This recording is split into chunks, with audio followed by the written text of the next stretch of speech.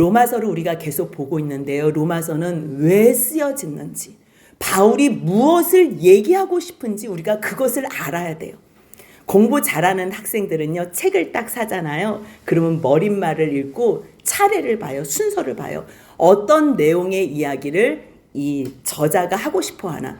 그런데 공부도 못하고 특별히 이렇게 머리가 좋지 않은 사람들은요, 그냥 누가 읽으라 그래서 읽어서 정말 중요한 거 놓치고 그냥 막 읽어, 정신없이. 그러면 중간쯤 가서 이 사람이 지금 무슨 말을 하려고 하는지 이제 그때 감이 잡혀요. 근데 설교도 마찬가지예요. 처음에 정신없이 오면요, 목사님이 오늘 무슨 말씀을 하려고 그러지? 오늘 얘기하려는 게 뭐지? 감이 안 잡혀요. 이 생각 저 생각, 내가 해결해야 될 일들 아직도 그냥 머릿속에 가득해서 핸드폰 가지고서 막 집중하다가 말씀 듣는지, 내가 지금 왜 여기에 와 있는지 왔다 갔다 하다가 중간에 계속 말씀을 쏟아놓으니까 그 얘기를 하려고 하나 보다. 이제 그때부터 들으려고 그러면 벌써 끝난 거지요. 그렇기 때문에요, 우리가 예배 시간 전에 20분 찬양을 하잖아요. 그 찬양의 시간이 굉장히 중요해요. 왜냐하면 우리가 세상에 죄로 가득하게 묻어 있다가 살다가 이제 주님 앞에 예배 드리러 왔잖아요. 그랬을 때 찬양으로 오늘 우리의 마음을 정케 해달라고 고백을 하는 거예요. 그리고 말씀의 포인트가 어디로 갈 건지. 정말 우리가 은혜가 없이면 살 수가 없구나. 우리가 율법 가운데는 마음이 이렇게 피폐해지는구나. 내가 옆에 있는 사람을 이번 주에도 왜 용서할 수 없었지? 내가 지난주에 그렇게 결단하고 갔는데 내가 왜 또 넘어졌지? 그럼 잠깐 머물러 서서 기억하면 돼요. 십자가 그 사랑, 내가 또 멀리 떠났구나.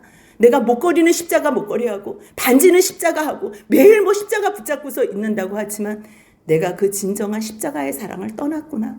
그렇다면 주님, 내가 그 십자가 사랑 다시 붙잡게 하옵소서. 그렇게 생각할 때 이미 벌써 주님의 그 능력과 사랑이 우리를 붙잡아 주시는 거예요. 그래서 은혜로다, 은혜로다. 이제 시작됐구나. 우리가 소원만 하면 시작되는 그 은혜. 그랬을 때 뭐가 시작됐지? 오늘요, 누가 나를 이 사망의 몸에서 건져내라. 죽을 지경이에요. 7장은. 그럼 앞에서 무슨 내용인데 갑자기 이 7장의 죽을 지경의 내용을 만나야 되나? 그래서 우리가 늘 앞에서 제가 다시 정리해줘요. 왜요? 아무 생각 없이 우리가 또 듣고 또 들었어도 잊어버리니까요. 저는 매번 잊어버리니까 저 같은 연약한 사람들을 위해서 또 반복해줘요. 1장부터 1장 1절에서 17절까지는 로마서를 왜 기록했는지 의도가 있잖아요. 내가 하나님의 복음을 기록하는 것, 이것은 내가 하나님의 의를 선포하기 위함이야. 왜? 누구에게? 죄인들에게. 그 죄인이라는 말을요, 1장 18절부터 3장 18절까지 하는 거예요. 누가 죄인이고 누가 의인인 게 아니라 모두가 다 죄인이야. 모두가 다. 이방인이나 이방인 그리스도나 유대인이나 유다인 그리스도인들이나 모두가 다 죄인이야. 그러면 어떻게 하라고? 그랬을 때 대안이 있어. 대안이. 이게 굿뉴스야. 이게 복음이야. 이게 하나님의 복음인데 바로 하나님의 의야. 그 의가 어떻게 나타났는 줄 알아? 예수 그리스도께서 십자가에 죽으심으로, 예수 그리스도께서 값을 치르심으로, 속량, 죄의 값을 치르신 그 대속죄로 말미암아 값없이 우리가 의롭다함을 받았다. 우리는 거저 받았지만 그것은 값 없는 게 아니라 예수의 십자가의 대속의 은혜로, 예수를 죽여서 예수의 값으로 우리를 구원했어. 그래? 그러면 모두가 다 그 은혜로 구원받은 거 맞아? 맞아. 그러면 아브라함도 그 은혜로, 예수의 은혜로 구원받았대? 맞아. 그 맞다는 얘기를 4장에서 한 거예요. 그러면 그 믿음으로 말미암아 복받은 게 왜 좋은데? 그 말씀을 5장에서 해요. 믿음으로 의롭다함을 받은 자가 뭐가 좋은데? 하나님과 화평을 누리고 그 은혜 가운데 날마다 살게 되고 하나님의 영광을 바라보고 즐거워해. 그런데 이 땅에서는 그렇게 살면 환난을 당할 수밖에 없거든. 근데도 걱정하지 마. 그렇게 믿음 가운데 사는 사람들은 환난을 당해도 그 소망 가운데 즐거워한다. 왜냐하면 그 환난을 통해서 하나님의 진정한 사랑을 더 깊이 알게 되기 때문이야.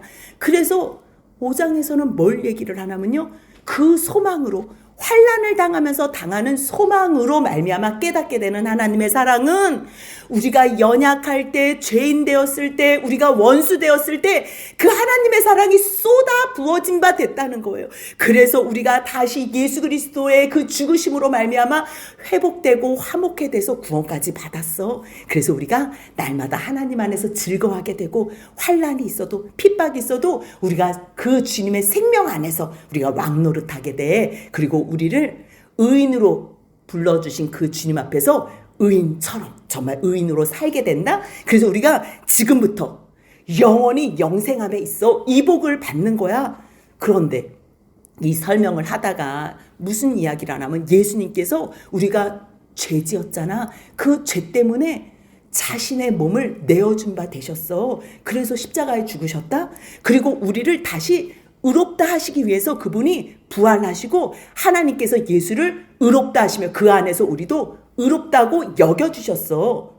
그렇게 이야기를 말씀으로 복음으로 증거해 주니까 그럼 율법은 왜 필요해? 율법은 왜 필요해? 그랬을 때 율법이 들어온 것은 죄를 깨닫게 하기 위함이야. 만약에 율법이 없으면 우리가 죄가 죄인지 모르잖아. 그래서 율법은 죄를 깨닫게 함이고 그리고 은혜를 구하기 위함이야. 그 죄를 우리가 율법이 들어오면 내가 전에는 죄를 몰랐는데 내가 죄인이네.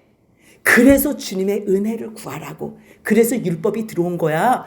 그렇게 이야기를 하니까 오해하는 사람들이 6장부터 7장의 말씀은 그러면 의롭게 된 다음에 주님 안에서 복을 누리고 의롭게 된 삶은 이렇게 살아도 되네? 그러면서 이제 두 반응이 있는 거야. 두 가지 반응.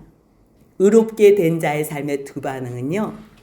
죄성이 이렇게 여전히 내 안에서 활동하는 사람, 내가 거룩함으로 소원하거나 자처하지 않는 사람들은요. 바로 그러니까 그냥 막 살아도 돼. 막 살아도 돼. 그게 구원파예요. 그냥 우리는 예정됐으니까 막 살아. 막 살아. 성령 체험했어? 그럼 막 살아. 성령 체험 가지고 우리는 거듭나는 사람이 아니고요. 구원받는 사람이 아니에요. 성령 체험은 하나님께서 맛배기를 보여주는 거예요. 은사도 똑같은 역할을 해요. 은사는 교회를 든든히 세우기 위해서 하나님께서 달란트를 주셔서 그 은사를 활용해서 각자 자기의 위치에서 교회와 사람들을, 성도들을 세우라고 남의 유익을 위해서 세운 거지 은사 받았다고 내가 거듭난 거하고는 또 달라요. 우리들은 은사를 막 사모하잖아요. 주여 방언의 은사, 치유의 은사, 통변의 은사, 예언의 은사 주옵소서 주옵소서. 뭐 하려고? 뭐 하려고요? 주님은요. 새 생명 가운데 살게 하기 위해서 이 모든 것을 주는 거예요.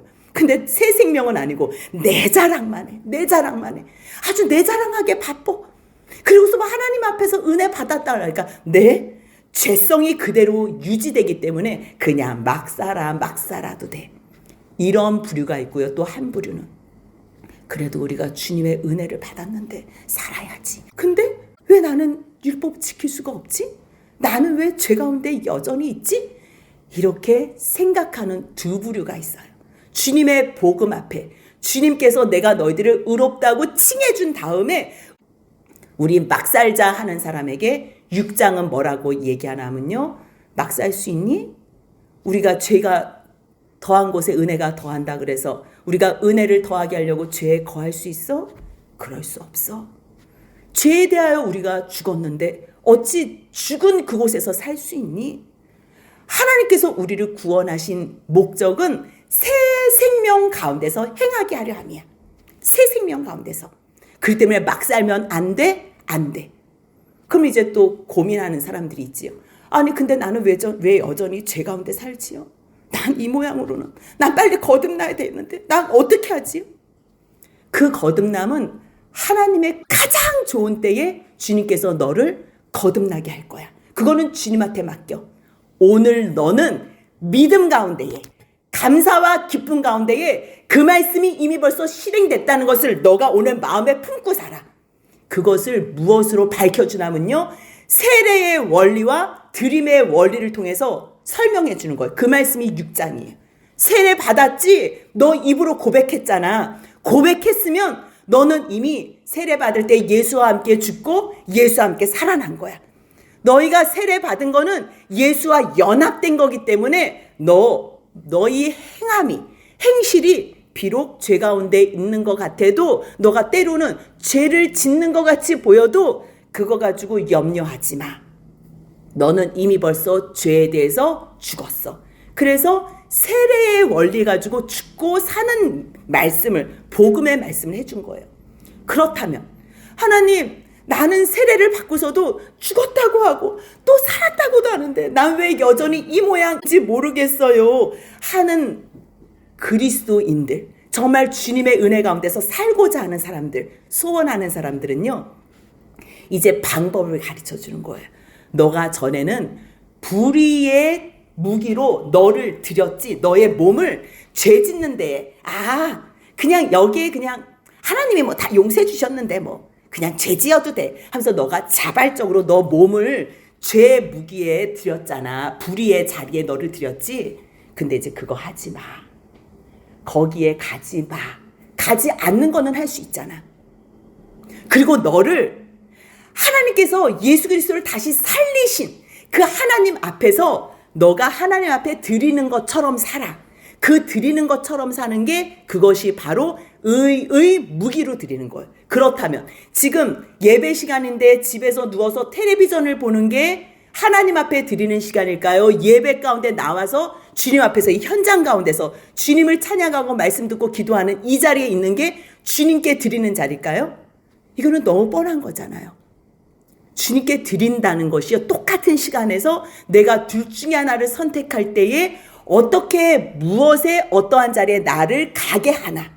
그래서 그 말을 안 듣잖아요. 내가 말을 안 들으면, 내가 자녀들이 말 안 들으면 때려서라도 말 듣게 하고 싶어하는 그 열정이 있는 사람들은 때로는 내가 마음은 주님을 향해서 원하는데 내 육신이 약해가지고 계속 죄 가운데 머물고 싶어해. 죄를 향해서 가고 싶어해. 그럴 때 바울이 뭐라 그래요? 내가 날마다 나를 쳐서 복종시킨다. 그리고 내가 날마다 죽노라. 그 고백을 왜 해요?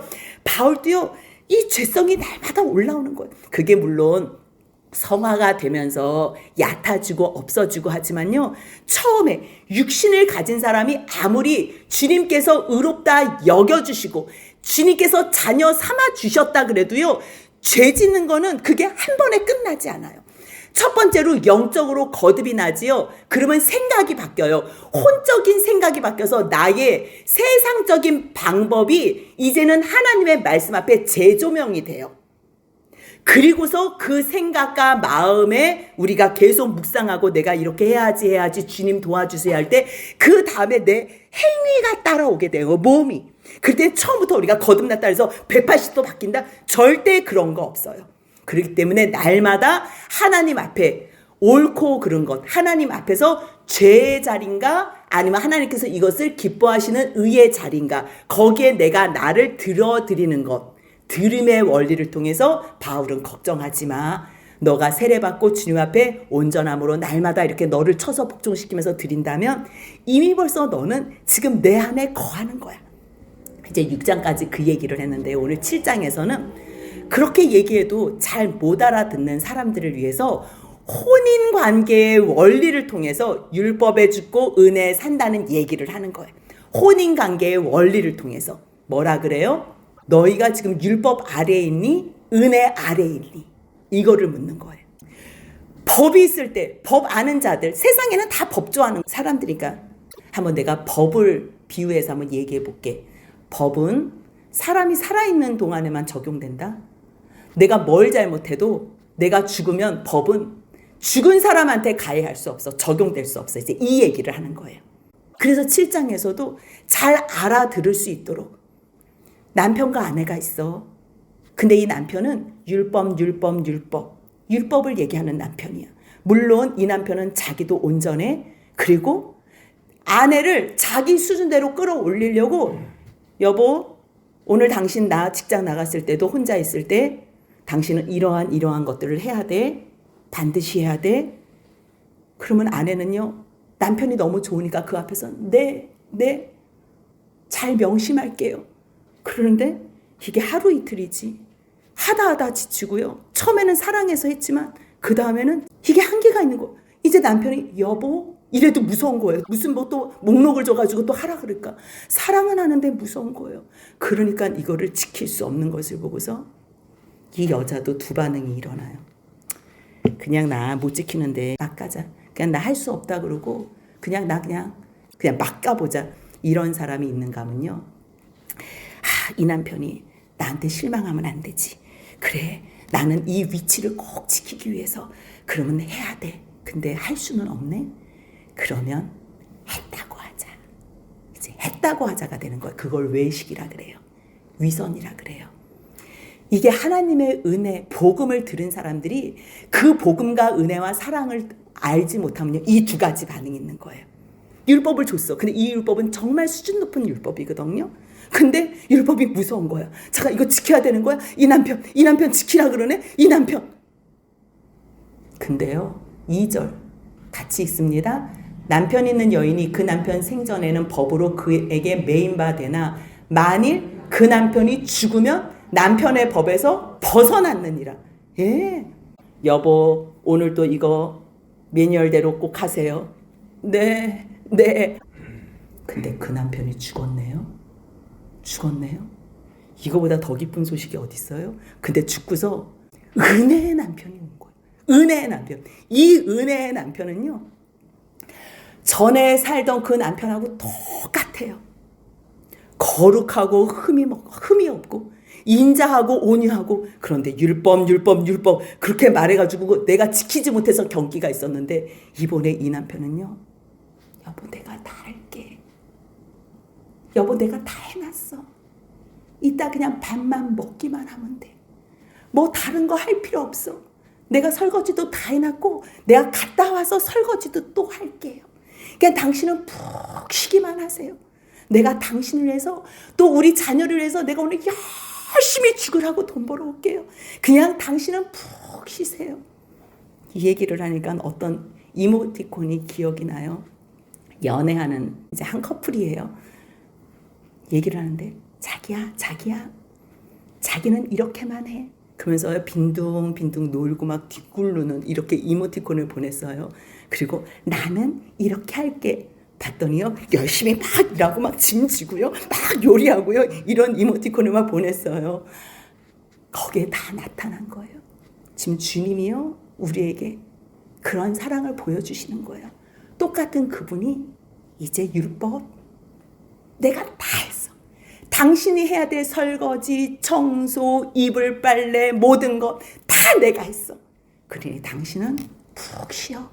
내가 오늘 또 최선을 다해서 열심히 일하고 올게요. 그럼 여러분들 어떻게 하겠어요? 하루 이틀은 빈둥빈둥 거리고 TV 보면서 먹을 것도 먹방 보면서 막 열심히 세상적으로 막 취해서 살 수 있어. 내가 좋아하는 것. 막 이것도 하고 저것도 하고. 근데 사랑하는 여보가 와가지고는 많이 피곤한데 아내와 자녀를 위해서 또 일을 하는 거. 그거 한두 번 볼 때는 괜찮지만요. 계속 봐봐요. 근데 그 다음 날도 또 자기야 사랑해. 오늘도 내가 당신을 위해서 다 했어. 그러면 정신이 멀쩡한 사람은 어떻게 반응할 것 같아요? 갔다 와 이럴 것 같아요. 내가 어제는 푹 쉬었기 때문에 오늘 아니 이제부터 당신이 원하는 모든 것 그 이상도 해주고 싶은 거예요. 이제는요 목록만 하라는 그러한 명령만 준행하는 게 아니고요. 이 사람이 뭐 좋아하지? 이 사람을 뭘 위해서? 이 사람을 기쁘게 하기 위해서 뭘 하지? 이제 그 얘기를 하는 거예요. 근데 이제 설명하기 위해서 남편이 살아있을 때는 만약에 다른 남편한테 가면 음녀지.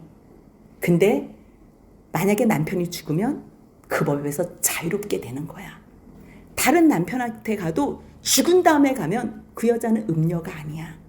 내 형제들아 너희도 그리스도의 몸으로 말미암아 율법에 대하여는 죽임을 당할 수. 이거는요 A B 이게 정확하게 매치가 되지는 않는 것 같아요. 근데 바울은 뭘 얘기를 하고 싶냐면 율법은 죽지 않잖아요. 그러니까 율법이 딱 죽고 없어지면 이게 딱 말이 돼요. 이제 율법 폐기. 율법 안 지켜도 돼. 왜 그런 사람들 있잖아요. 율법 폐기론. 지금은 율법의 시대 아니고 은혜의 시대니까 여러분들 구약 다 덮어놓고 신약만 설교하는 사람들. 은혜로다 매일 은혜만 설교하는 교회들도 많거든요. 그런 교회는 이단이에요. 그런 교회는. 율법은 폐기된 게 아니고요. 예수 그리스도께서 완성하신 거예요. 완성. 그래서 그 안에서 완전히 자유로워지는 거예요. 그러니 율법은 없어지지 않아요. 예수님이 뭐라 그러냐면 율법의 한 점, 한 획도 없어지지 않아요. 만약에 없어지면 너희를 생명책에서 없어진대요. 만약에 율법의 한 점, 한 획을 더하면 너희의 죄를 더하겠대요. 이 율법은 건들 수 없는 거예요. 하나님께서 이 율법의 1.1획도, 예수님께서 이 율법의 1.1획도 없어지거나 더하지 못한다고 말씀하셨는데 우리 마음대로 율법 다 끝났어. 율법의 시대는 끝났어. 이런 말 아니에요. 율법이 완성돼서 그 이상의 기쁨으로 당신 이거 하세요 목록 써서 해주는 게 아니라요. 그러한 율법의 시대 끝나고 이제 그 남편의 사랑으로 그 남편의 섬겨주는 그 은혜로 말미암아 아내가 자발적으로 남편을 위해서 하는 그 모든 섬김들, 그거는요. 잠깐만, 뭐야, 내가 전에 남편 내가 이걸 왜 아직도 안 버리고서 왜 안 버리고서 잠깐만, 근데 뭐가 이렇게 어려웠지? 봤는데 뭐 해라 아이고 이상하네. 그때는 이게 왜 이렇게 어려웠지? 근데 내가 지금 남편한테 하는 거는 그 이상의 것을 하고 있는 거야. 근데도 너무 행복한 거야. 너무. 그게 바로 생명의 성령의 법 안에서 사는 사람들, 그 이야기를 바울은 하는 거예요. 율법은 죽지 않아요. 율법은 폐기될 수 없어요. 그러면 누가 죽어야 돼요? 둘 중에 하나가 죽어야 되잖아요. 그치요? 그러니까 우리가 율법 안에서 죽었다, 이 얘기를 하는 거예요.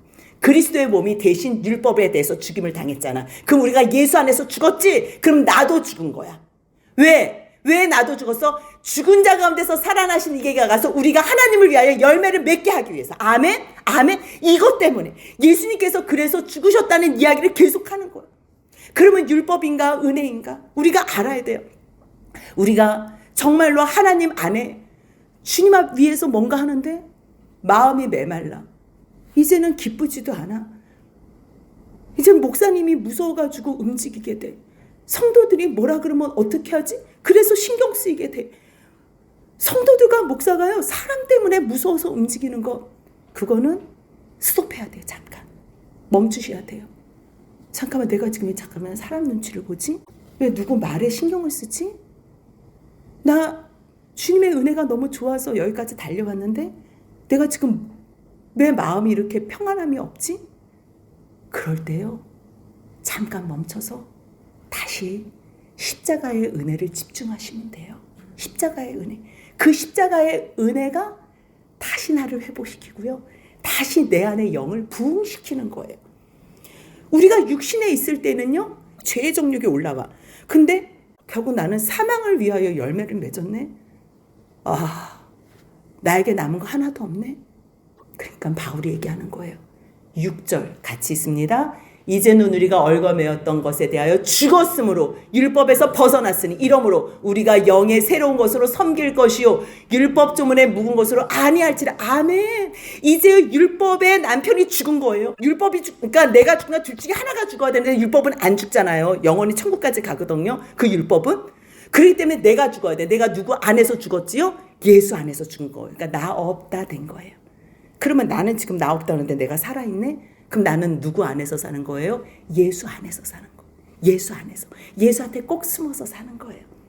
그럴 때 우리는 율법에서 벗어났기 때문에 영의 새로운 것으로 섬기는 거예요. 율법이 무서워서 하는 게 아니고요, 주님 안에서 조금 잘 못해도 돼요. 조금 잘 못해도 상관없어요. 그냥 주님이 주시는 그 은혜 안에서 마음껏 뛰노면 돼요. 그럼 없어지지 않는 율법인데 그 율법이 잘못된 거네? 이렇게 말할 수 없다는 거예요. 우리가 못 지켰다 그래서 하나님께서 주신 그 거룩한 율법이 죄냐? 죄 아니야. 그럴 수 없어. 만약에 율법이 없었으면 내 죄를 알지 못했을 거야.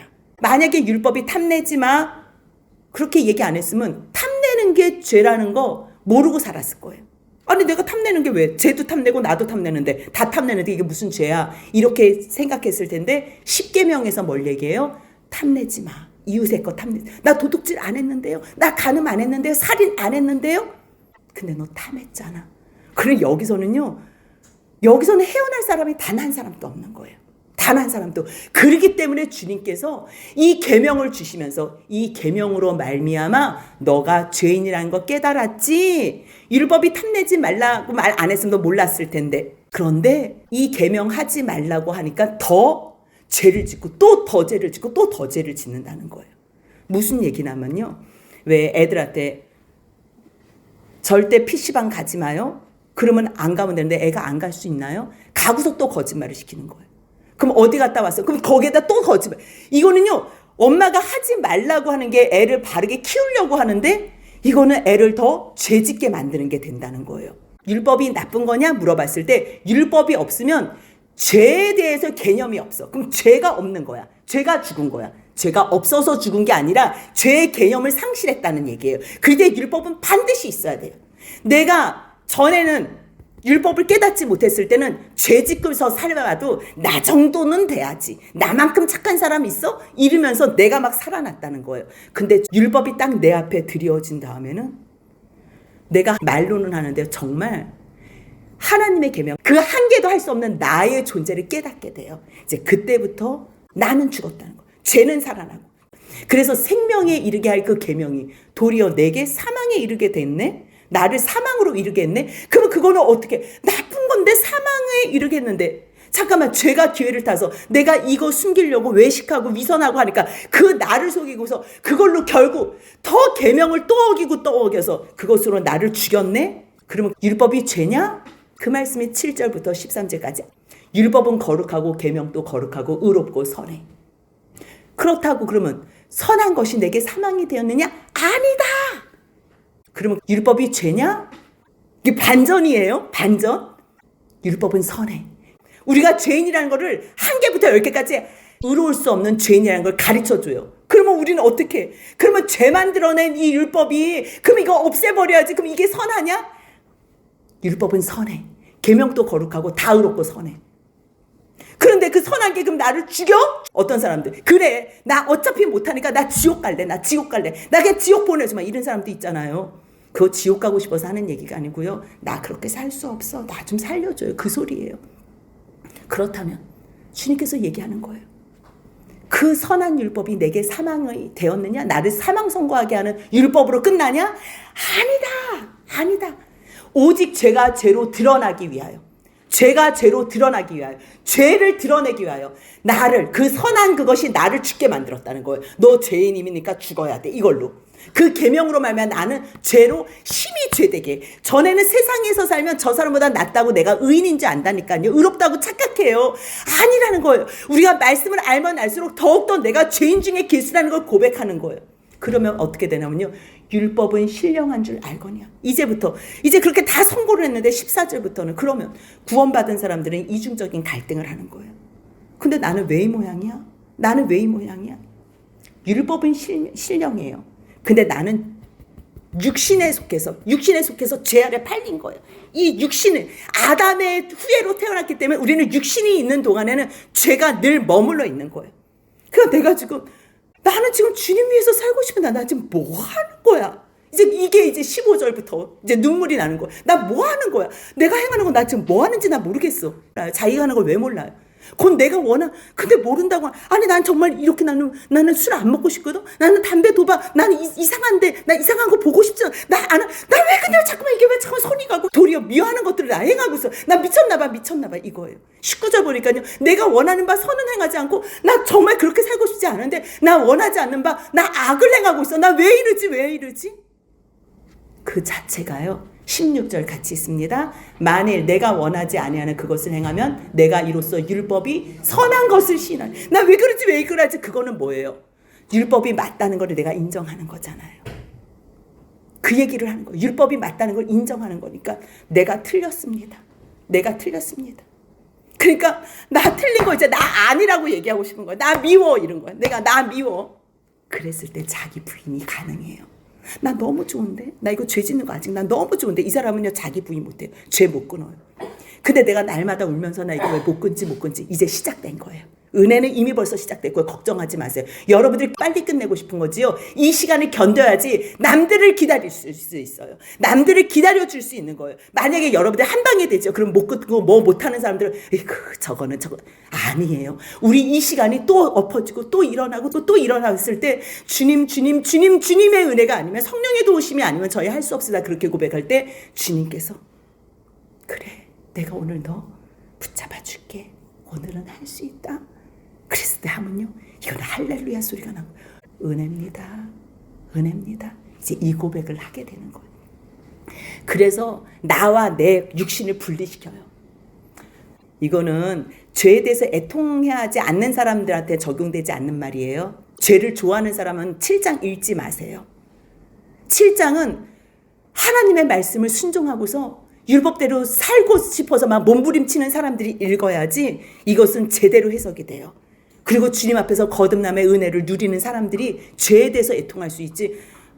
거듭나지 않은 사람은 내가 뭐 저 사람보다 난데 늘 사람 보면서 내가 괜찮다고 얘기하지 이러한 고민 안 해요. 그렇기 때문에 이제는 내 속에 내 육신에 선한 것이 거하지 않는 줄, 나는 머리끝부터 발끝까지 하나도 선한 것이 없는 줄을 알았습니다.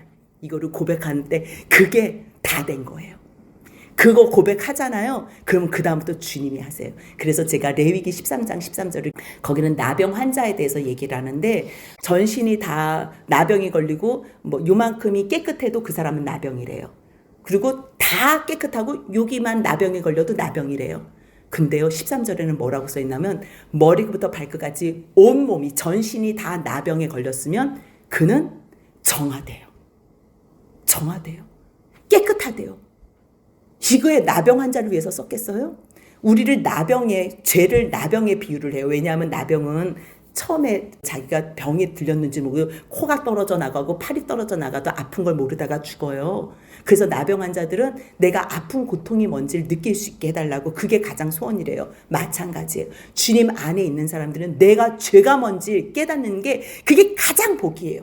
왜냐하면 대안이 있기 때문에 예수 그리스도로 대안이 벌써 끝났기 때문에 우리들은 죄를 짓기 위해서 그거를 드러내는 게 아니라 내가 용서함 받고 치유함을 받기 위해서 죄를 드러낸 거예요. 그런데 머리끝부터 발끝까지 아버지 나에게서는 선한 게 단 한 개도 없습니다. 그랬을 때 그래서 내가 예수를 준비했잖아. 그래서 내가 예정을 한 거야. 예수 안에서 너희들을 믿기만 하면 구원하는 걸로. 그래서 찬송하리로다. 그래서 나오는 거야. 내 속 곧 내 육신에 선한 것이 거하지 아니하는 줄 아노니 원하면 내게서 선을 행하는 것은 없노라. 원하는 바 선은 행하지 아니하고 도리어 원하지 않는 악만 행한대요. 그러니 원하지 아니하는 그것을 하면 이거 나 아니에요. 이거는 사단이 나를 끌고 가는 거라 나 아니야. 잠깐 기다려주세요. 내 속에 거하는 죄예요. 그래서 이걸 이분법으로 완전히 이분적으로 만들어 놓은 거 갈라놓은 거예요. 아, 내가 한 법을 깨달았다. 내 마음 가운데 선을 행하기 원하는 나에게 악이 함께하는구나. 우리가요 주님 안에 거한다고 악이 없어지거나 죄가 갑자기 소멸되거나 내가 갑자기 거룩해지지 않아요. 그 말씀을 잘 표현한 곳이 갈라디아서 5장 16절이에요. 같이 읽습니다. 내가 이르되 너희는 성령을 따라 행하라. 그리하면 육체의 욕심을 이루지 아니하리라. 성령을 따라 행하라. 그리하면 육체의 욕심이 없어지리라. 그렇게 써 있어요. 육체의 욕심을 이루지만 않는 거예요. 그럼 육체의 욕심이 여전히 어떻게 되는 거야? 있는 거예요. 있는데 내가 오늘 성령을 따라 지금 내가 여기 예배를 드리면서 이상한 데서 이상한 짓 안 하잖아요. 내가 육체의 욕심을 이루지 않는 거예요. 내가 지금 누구를 따라 행하니까? 성령을 따라 행하니까. 내가 의에도 드리고 죄도 드리고 동시에 드릴 수는 없어요. 그럼 둘 중에 하나를 드리는데 내가 오늘 성령을 따라 행하면 내가 이 시간만큼은 제 욕심을 이루지 않는 은혜의 자리에 있을 수 있다는 거예요. 지금 그 얘기를 하는 거예요.